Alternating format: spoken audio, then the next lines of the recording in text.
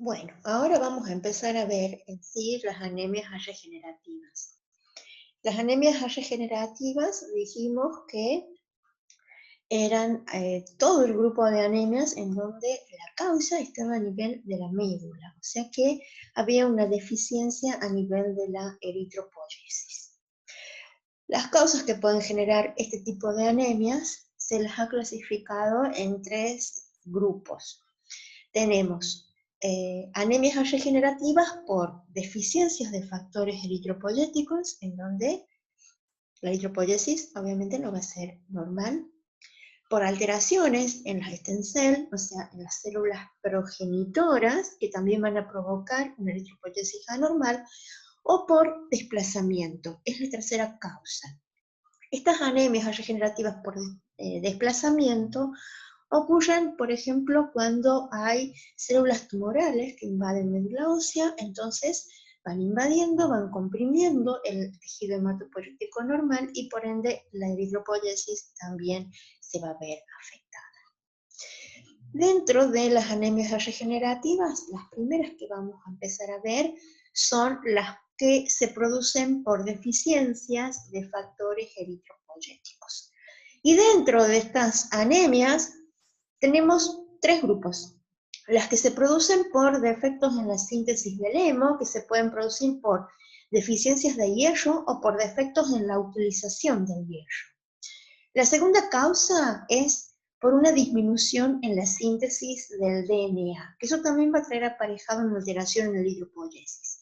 Y las causas son deficiencias vitamínicas, de vitamina B12 y o de ácido fólico. Y la tercera causa es por una insuficiente producción de eritropoyetina, que es lo que se observa en los pacientes renales. En este tipo de pacientes, la eritropoyetina está deficiente y por lo tanto la eritropoyesis, si bien es normal, está muy poco estimulada. Entonces, también en estos pacientes va a aparecer una anemia y va a ser de tipo A regenerativa. Dentro de este grupo vamos a empezar a ver primero las anemias que se producen por defectos en la síntesis del grupo hemo. Y que dentro de este grupo vamos a ver tres. La anemia ferropénica, que es la que se produce por una deficiencia de hierro, y después tenemos la anemia de la inflamación o de los procesos crónicos y la anemia sideroblástica, que se producen por una alteración en la utilización del hierro. El hierro está, nada más que no se puede utilizar debidamente para sintetizar el grupo hemo y de ahí que aparezca la anemia. Entonces, para entender por qué se producen estas anemias, lo primero que vamos a ver es el metabolismo del hierro, el metabolismo normal. El metabolismo del hierro fisiológicamente es un metabolismo que se considera cerrado. ¿Por qué? Porque nosotros somos capaces de recuperar todo el hierro. La eliminación de hierro es muy baja. Es muy baja, por lo tanto, las necesidades diarias de hierro también son bajas. Generalmente nosotros al hierro obviamente lo obtenemos a través de la alimentación, viene como hierro más 3 o hierro heménico, se absorbe aproximadamente el 10% y va a ser transportado y así lo vamos a tener al hierro en el organismo, en donde principalmente el hierro va a estar contenido en la hemoglobina. El hierro orgánico o el hierro corporal, entre el 60 y el 70% está en la hemoglobina dentro de los glóbulos rojos. El segundo porcentaje importante lo vamos a tener como depósito. Está depositado principalmente a nivel del hígado, en donde lo tenemos depositado bajo la forma de ferritina y de hemosiderina.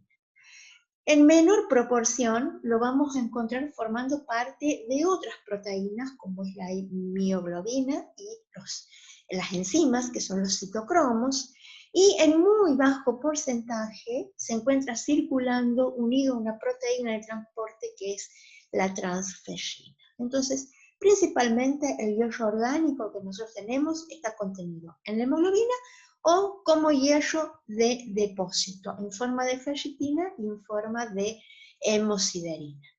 Nosotros normalmente tenemos muy pequeñas pérdidas de hierro diariamente.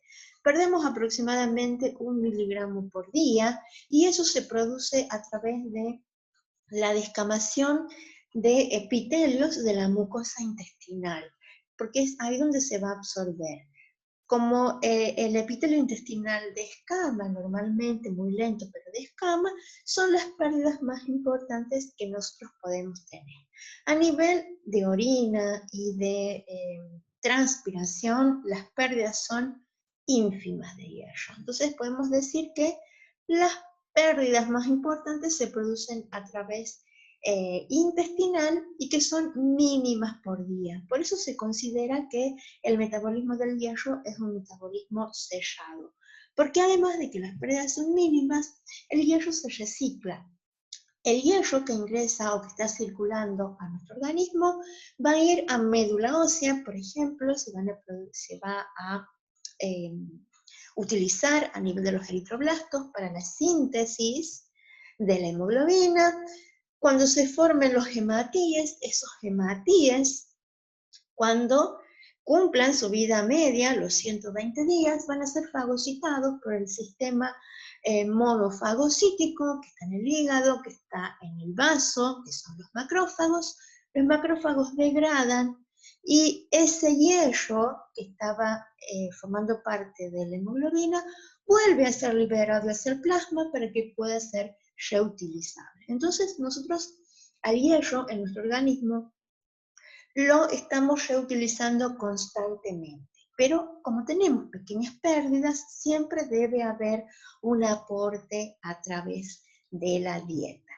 Y acá vamos a ver cómo se produce esa absorción del hierro que viene de la dieta y que necesitamos consumir en pequeñas cantidades, pero lo necesitamos. El hierro que viene de la dieta lo podemos tener formando parte del hemo, principalmente en los alimentos de origen animal, o como hierro más 3, que está en los vegetales.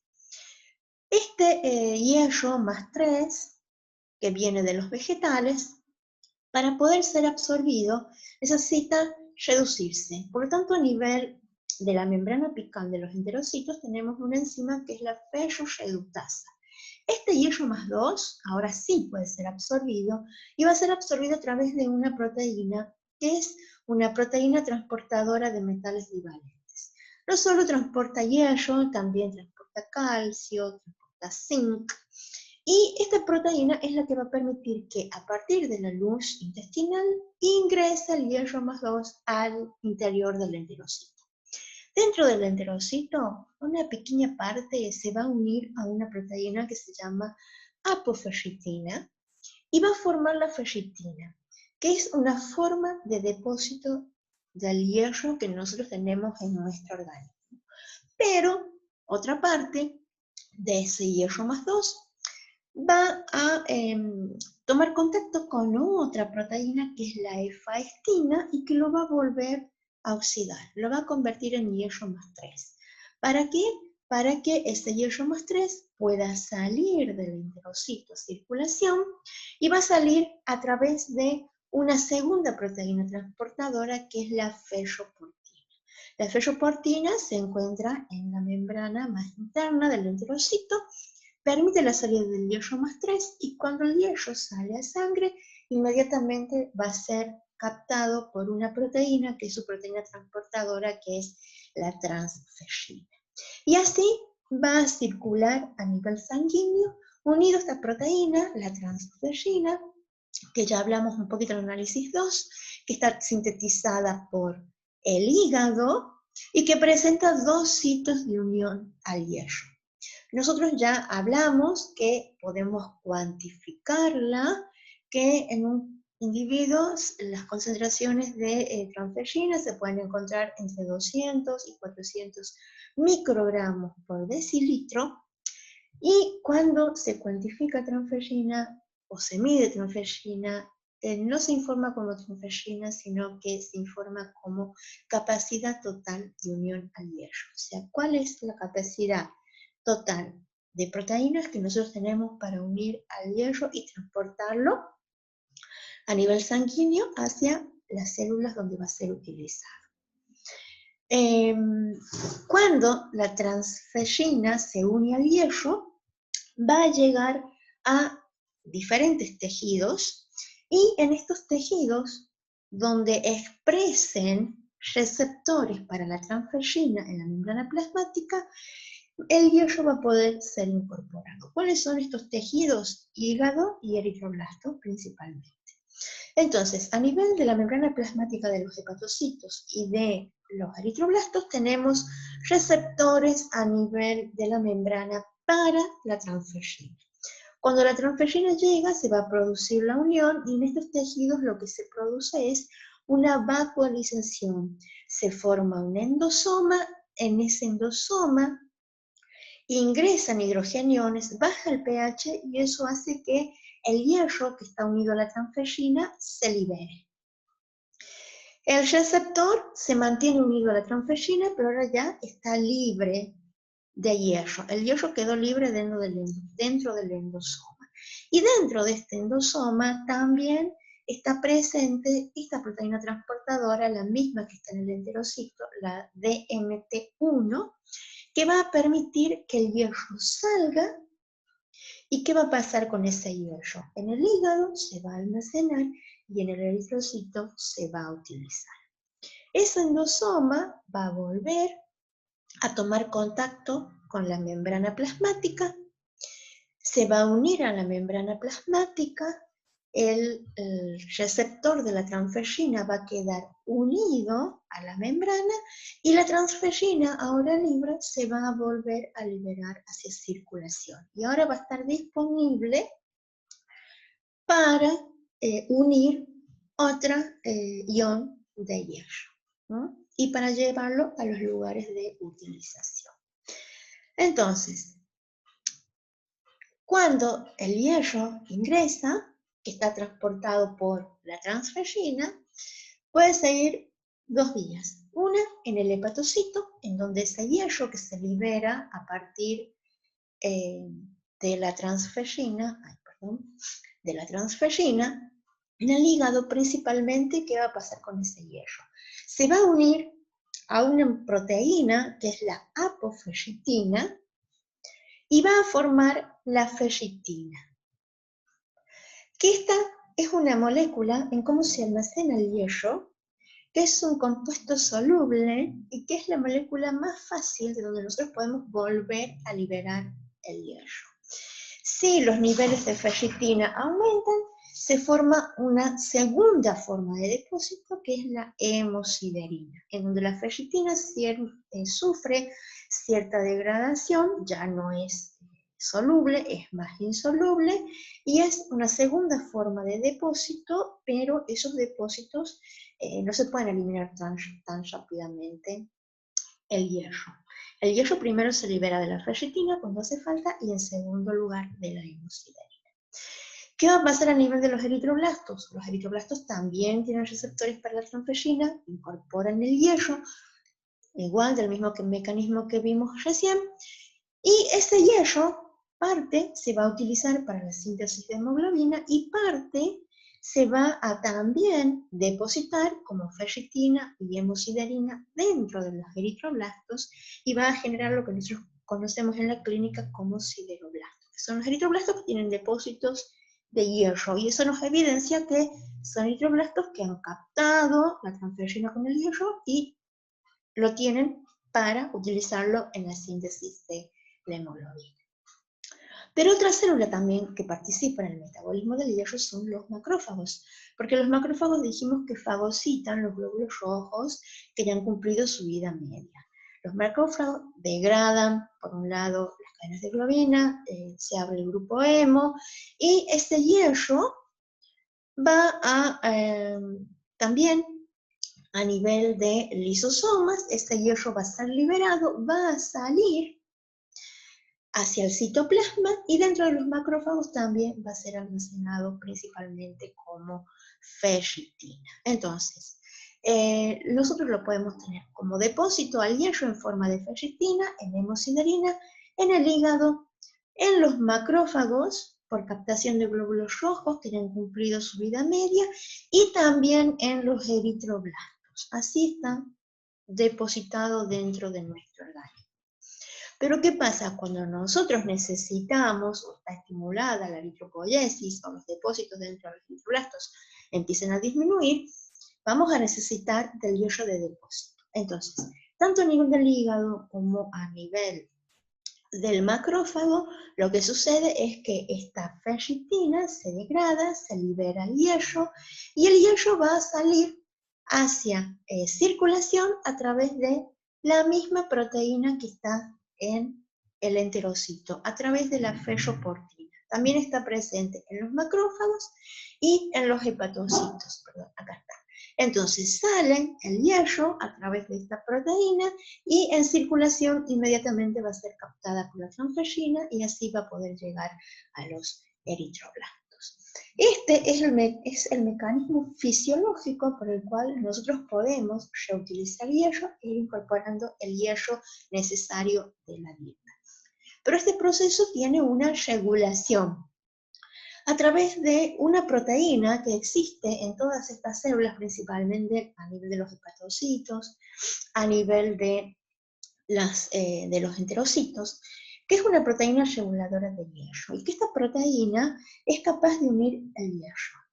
Y esta proteína unida al hierro o libre va a ir a accionar sobre zonas del RNA mensajero de las proteínas que participan en el transporte y en la absorción y en los depósitos, en la formación de depósitos del hierro, y esa proteína va a estimular la traducción de los ARN mensajeros o va a disminuir. ¿Cómo funciona este sistema? Cuando nosotros tenemos disminuidos los depósitos de hierro, o sea, ferritina, hemosiderina, principalmente ferritina, en el enterocito, la ferritina, ya dijimos que hay pequeñas cantidades, está disminuida, en el hígado también, en el eritroblasto también. ¿Qué va a pasar? Que esa proteína va a tener menos cantidad de hierro unido. Al tener menor cantidad de hierro unido, ¿qué va a hacer? Que los RNA mensajeros estimulen o esté estimulada su traducción. Y por lo tanto va a aumentar la síntesis ¿de qué? Va a aumentar la síntesis de los receptores de transferrina para estimular la captación a nivel de los tejidos. La síntesis de la transferrina para que haya más moléculas de transporte. Va a estimular la síntesis del DMT1 a nivel tanto del enterocito como del hepatocito y de los macrófagos. Va a estimular la ferroportina y la efaetina para estimular la absorción y la salida del hierro del enterocito, del macrófago y del hepatocito.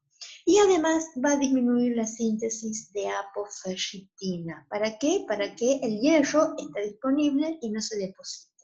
Y por otro lado, ante las disminuciones de hierro, lo que va a hacer es regular la síntesis del grupo hemo. Entonces va a disminuir la síntesis de la primera enzima que participa en la síntesis del grupo hemo, que es el ácido delta-aminoleubolínico sintetasa. Eso es para que ante el déficit de hierro no se vaya acumulando protoporfilinógeno dentro de los eritroblastos. Entonces, esto va a estimular la salida de hierro, pero también la absorción a nivel intestinal. Cuando los niveles de hierro se normalizan, esta proteína ya se va a unir en mayor cantidad al hierro y lo que va a hacer es inhibir la traducción de los ARN mensajeros y todas estas proteínas van a disminuir y estas van a aumentar. Entonces eso cuando se normalice. Ahora, también tenemos un mecanismo de regulación frente a posibles aumentos, porque también un exceso de hierro es contraproducente.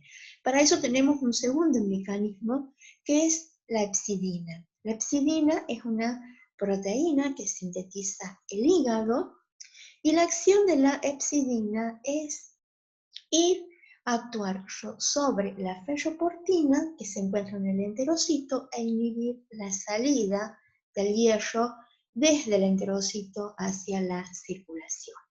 ¿Cuándo va a estar aumentada la síntesis de hepcidina? Cuando nosotros tenemos un aumento de la transferrina unida al hierro. Eso quiere decir que está aumentando la entrada de hierro y eso va a ser una señal para el hígado para liberar hepcidina. La hepcidina va a actuar a nivel del enterocito y la absorción se va a disminuir para evitar un exceso, una acumulación de hierro en el organismo. Pero por otro lado, la hepcidina es una proteína de fase aguda. Entonces, la hepcidina también, su síntesis va a estar aumentada en los pacientes que tienen cualquier proceso inflamatorio. Entonces, ahí, cuando tenemos un proceso inflamatorio, la hepcidina va a estar aumentada. No porque haya un exceso de hierro en el organismo, sino porque es una proteína de fase aguda. Y por último, lo que me olvidé de comentarles es que nosotros podemos evaluar los depósitos de hierro porque hay pequeñas cantidades de ferritina que salen desde el del hepatocito principalmente, salen a circulación y nosotros lo podemos cuantificar.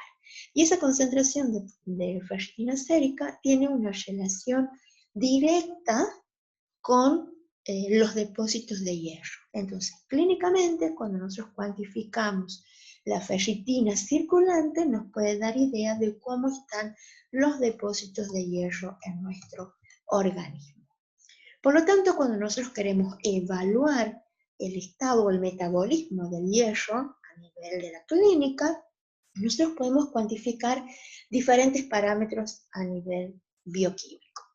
Uno de los primeros principales es cuantificar el hierro sérico, que también lo pueden encontrar como sideremia o ferremia, que los valores de referencia van de 60 a 120 miligramos por decilitro o miligramos por ciento.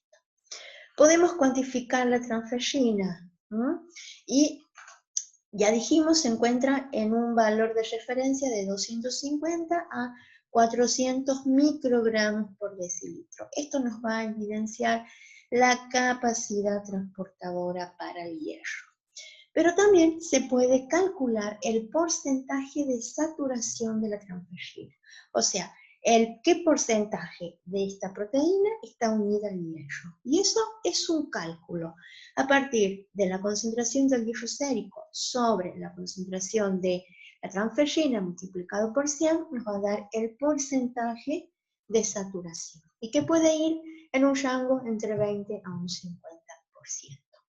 Para evaluar los depósitos, también podemos utilizar la ferritina sérica. No también. Podemos utilizar la ferritina sérica. Se puede cuantificar y el valor va entre 50 a 200 microgramos por litro. Y tiene una relación directa con los depósitos intracelulares.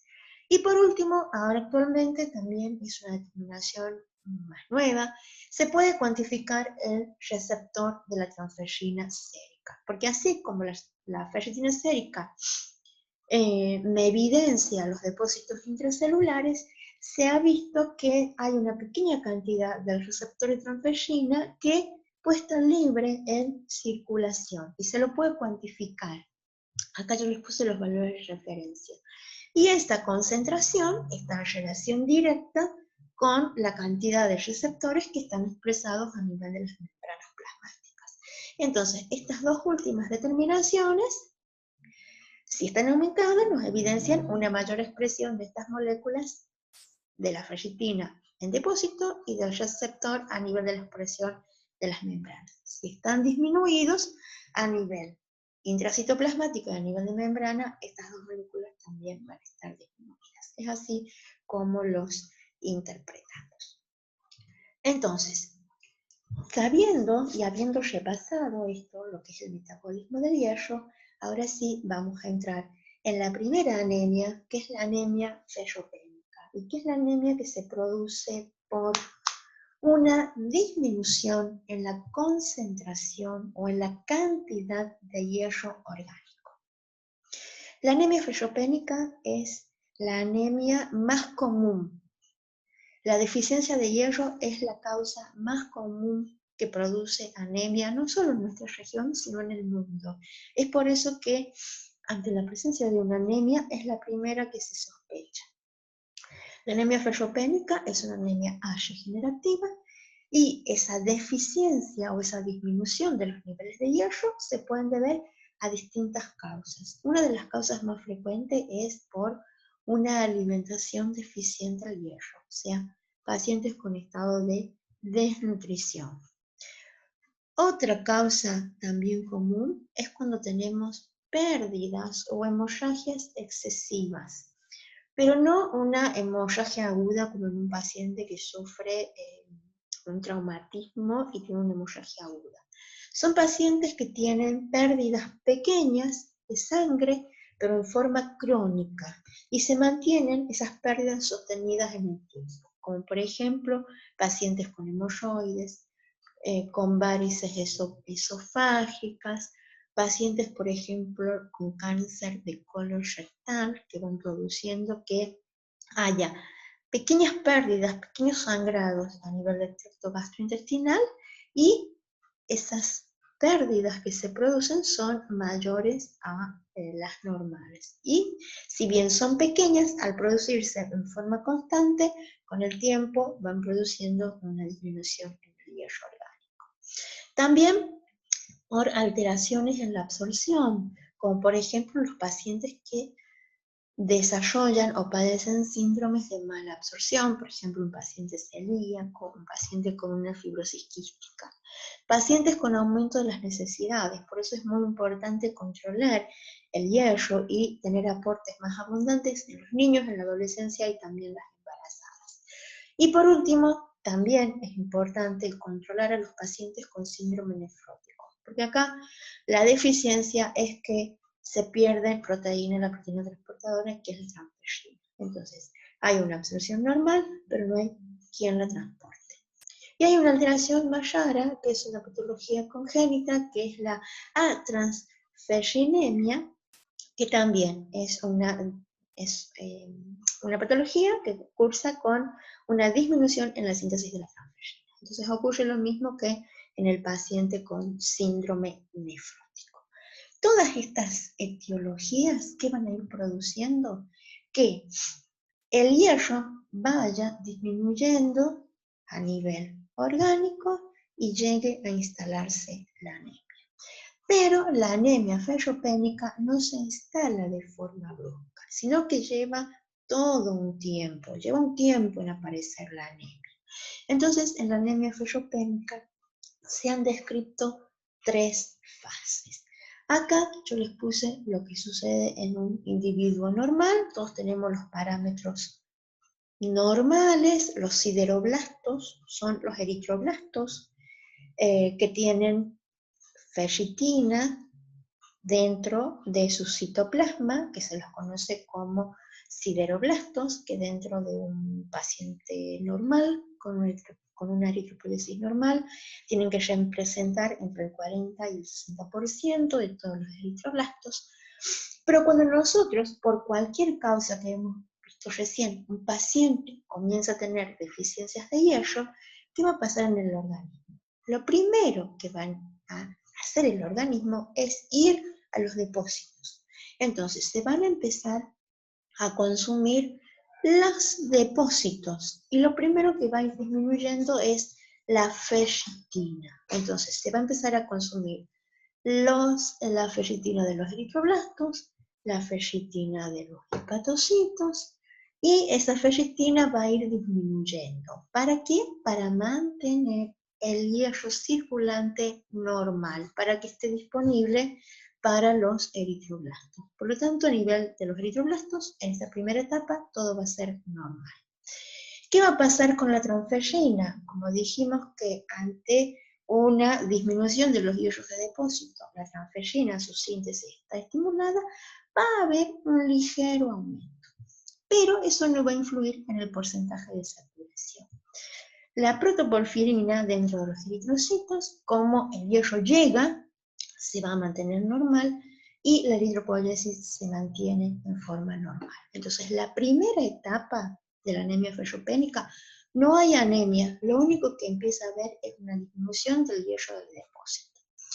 Si esa disminución, esa deficiencia de hierro se mantiene, ya los depósitos empiezan a disminuir bastante, la ferritina sérica empieza a disminuir bastante, ya la transferrina empieza a elevarse, y como ya los depósitos son muy escasos, ahí sí tenemos disminución del hierro, el porcentaje de saturación disminuye, ya empiezan a disminuir el porcentaje de sideroblastos, ya no hay tanto hierro dentro de los eritroblastos, se empieza a aumentar la protoporfirina dentro de los glóbulos rojos, pero básicamente a nivel de los eritrocitos que salen de médula ósea, todavía la cantidad de hemoglobina y la forma de los glóbulos rojos se mantienen normal. Ahora, si esa persistencia continúa, entra la tercera fase, que es donde sí se manifiesta la anemia. ¿Y qué vamos a tener? Que a nivel de médula ya no hay ferritina, la ferritina sérica va a estar muy disminuida, la transferrina va a estar aumentada, el hierro va a estar disminuido, el porcentaje de saturación de transferrina va a estar disminuido, los sideroblastos en médula ósea están disminuidos, o sea, no hay reservas en médula, la protoporfirina se empieza a acumular dentro de los eritroblastos, y eso ¿qué va a llevar? Que haya una deficiencia ya en la síntesis de hemoglobina, lo que va a generar que los glóbulos rojos tengan menor concentración de hemoglobina dentro del citoplasma, y que esos glóbulos rojos, al tener menor hemoglobina, sean más chiquitos. Entonces, recién en esta tercera etapa es donde aparece clínicamente la anemia y se va a manifestar morfológicamente como una anemia microcítica hipocrónica. Por lo tanto, ante la clínica de una anemia, ya vimos lo primero que se va a solicitar es el hemograma. ¿Qué vamos a ver en un paciente con anemia ferropénica? Hemoglobina disminuida, el hematocrito también, porque son glóbulos rojos más pequeños, volumen corpuscular disminuido, una hemoglobina, acá yo me olvidé de ponerles, una hemoglobina corpuscular media disminuida, el CHCM normal, acá no se modifica, y un RDW aumentado. ¿Por qué? Porque empiezan a aparecer glóbulos rojos de tipo microcíticos circulantes. Si observamos el frotis, ¿qué vamos a ver? Vamos a ver alteraciones en la serie roja. Vamos a ver anisocitosis, o sea que vamos a ver glóbulos rojos con una coloración normal y glóbulos rojos hipocrómicos. Vamos a ver microcitos, fíjense, acá hay un montón de microcitos, ¿no? Y vamos a ver, obviamente, la hipocromía. ¿Cuánto vamos a ver de anisocitosis, de microcitosis, de hipocromía? Todo va a depender de cuánto sea la deficiencia de hierro y de cuánto tiempo haya estado ese proceso en el paciente. Acá también, fíjense, tienen microcitos, muchos microcitos, estos son glóbulos rojos normales, pero acá ya la hipocromía es muy marcada, casi todos los glóbulos rojos son hipocrómicos. Cuando hacemos el recuento de reticulocitos nos va a dar disminuido, y el IPR nos va a dar menor a 2. ¿Con qué podemos confirmar? Generalmente lo que se hace es la valoración del hierro. En estos pacientes vamos a encontrar que el hierro está disminuido, la transferrina está aumentada, el porcentaje de saturación, por lo tanto, va a estar disminuido, y la ferritina, que me refleja el hierro de depósito, va a estar aumentado. Estos parámetros, el hierro disminuida, transferrina aumentada y ferritina disminuida, es característico de las anemias ferropénicas. Por eso que en la mayoría de los pacientes, si nosotros encontramos este tipo de alteración a nivel del estatus del hierro, ya casi significativo de una anemia ferropénica, casi diagnóstico, más sumado a la clínica que tenga el paciente. En la actualidad se pueden hacer otros estudios cuando estos valores no dan tan alterados. Se puede cuantificar el receptor de la transferrina sérica, que en la anemia ferropénica, al estar disminuidos los depósitos, está estimulada su síntesis, y también en la actualidad se ha desarrollado una aparatología que es el hematofluorómetro, que permite cuantificar la protoporfirina eritrocitaria. Lo que se hace es utilizar glóbulos rojos, o sea, sangre entera, anticoagulada, se separa el plasma, se hace un lavado, se separa, perdón, el paquete globular, se hace un lavado y ahí tenemos el paquete de glóbulos rojos. Y en esos glóbulos rojos circulantes se cuantifica la protoporfirina. Se ha determinado como valor de corte que hay protoporfirina aumentada en los niños mayores, en los niños de 5 años, cuando es superior a 61 micromoles por litro por mol de hemo, y de 5 años para arriba, cualquiera sea la edad, cuando es superior a 70 micromoles por mol de hemo. ¿Esto qué me evidencia? Que hay protoporfirina libre dentro del eritrocito y que no ha podido sintetizarse el hemo porque no hay hierro. Y por último, también se podría hacer, llegar a la necesidad, un aspirado de médula. ¿Para qué? Para evidenciar los sideroblastos principalmente y para evidenciar cómo está la serie eritroide. Para evidenciar los sideroblastos, o sea, los eritroblastos que contienen en su interior hierro, se utiliza la tinción de Peirce, que el colorante es el azul de Prusia, y lo que yo voy a observar es los gránulos, fíjense acá, que se tiñen de azul dentro de los eritroblastos y que contienen hierro. Esos son los llamados sideroblastos, y que en una persona sana, hemos dicho que se tienen que encontrar o tienen que representar entre el 40 y 60% del total de los eritroblastos. En los pacientes con anemia ferropénica, este porcentaje está disminuido. Además, al no poderse sintetizar normalmente la hemoglobina, los eritroblastos son más pequeños que los normales, y también a nivel de la médula ósea podemos ver que hay una disminución en lo que es la serie eritroblástica porque no se puede hacer una eritropoyesis normal. Entonces, básicamente en un laboratorio de rutina, para diagnosticar la anemia ferropénica necesitamos hemograma, recuento de reticulocitos y evidenciar o cuantificar el estatus del hierro. Si me dan estas alteraciones, unido a la clínica, se puede diagnosticar fácilmente que es una anemia de tipo